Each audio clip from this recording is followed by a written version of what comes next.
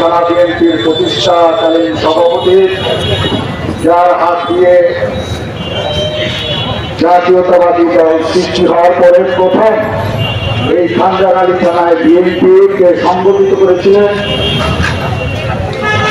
উপস্থিত জাতীয়তাবাদী দল এবং তার সকল অঙ্গ সংগঠনের নেতৃবৃন্দ, আমার এই অঞ্চলের গত 5 তারিখে স্বৈরাচার হাসিনার পতনের মধ্য দিয়ে গণতন্ত্র মুক্তি পেয়েছে। মানুষের যে ব্যক্তি স্বাধীনতা হরণ করা হয়েছিল, বাজারে ঘাটে যেখানে সেখানে বসে কথা বলতে গেলে হিসাব করে কথা বলতে হতো, সরকারের কোনো সমালোচনা করা যেত না। যদি কোন রকম সরকারের বিরোধী কোনো কথা বলা হতো তাহলে তাৎক্ষণিক তার বিরুদ্ধে মামলা দায়ের হতো, তাকে গ্রেফতার করে নিয়ে নির্যাতন চালানো হতো। এমনি একটি দুর্বিষহ অবস্থার মধ্যে ভারতের সারা বাংলাদেশের মানুষ একটা স্বাস্থ্য রুদ্ধকার অবস্থার মধ্যে জীবনযাপন করেছে। প্রিয় ভাইয়ের আমার, এমনি একটি অবস্থান থেকে বাংলাদেশের মানুষকে মুক্ত করবার জন্য আমার সমাজ বৈষম্য বিরোধী ছাত্র আন্দোলনের নামে সংগঠন করে জুলাই মাস থেকে শুরু করে আগস্ট মাসের 5 তারিখ পর্যন্ত রাজপথে আন্দোলন করতে গিয়ে অসংখ্য ছাত্রছাত্রী, অসংখ্য জনতা তাদের বুকের রক্ত তাজা রক্ত ঢেলে দিয়ে রাজপথকে রঞ্জিত করেছে।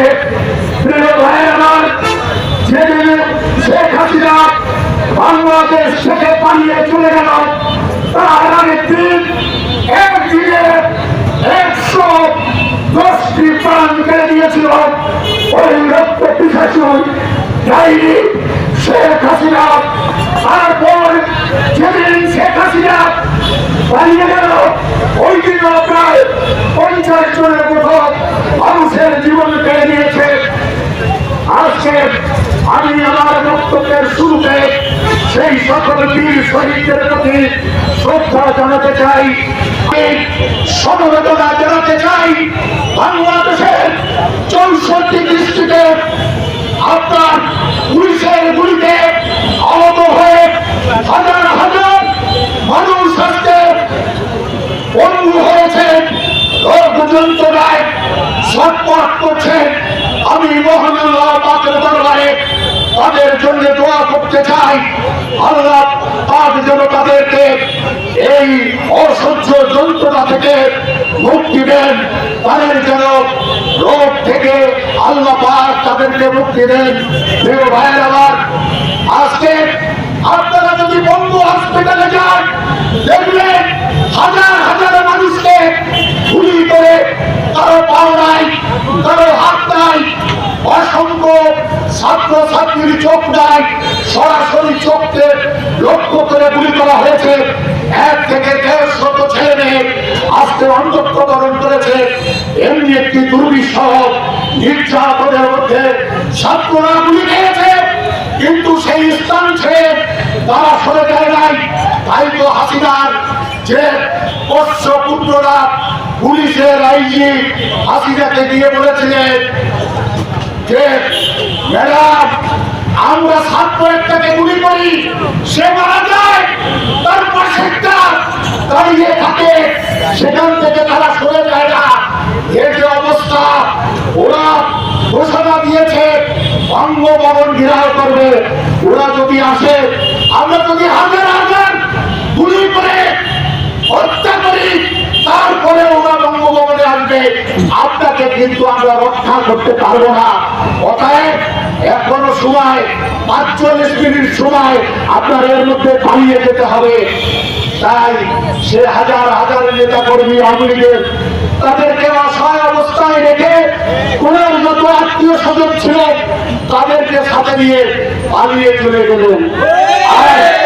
আর সেই নেত্রী এখন ভারতে বসে ষড়যন্ত্র করছেন, বিভিন্ন নেতা কর্মীদের নির্দেশনা দিচ্ছেন।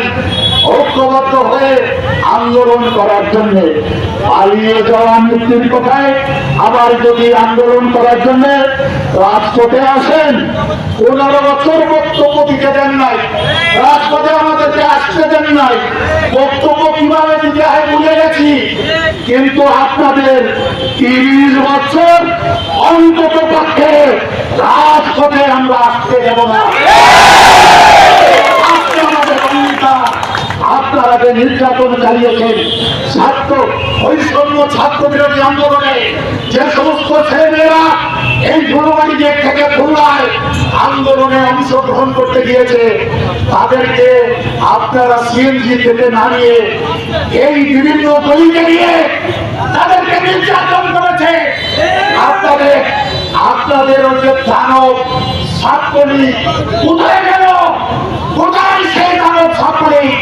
আজকে ছাত্রলীগ বৈষম্য ছাত্র বিরোধীরা তো আপনাদের সেই ছাত্রলীগকে খুঁজছে।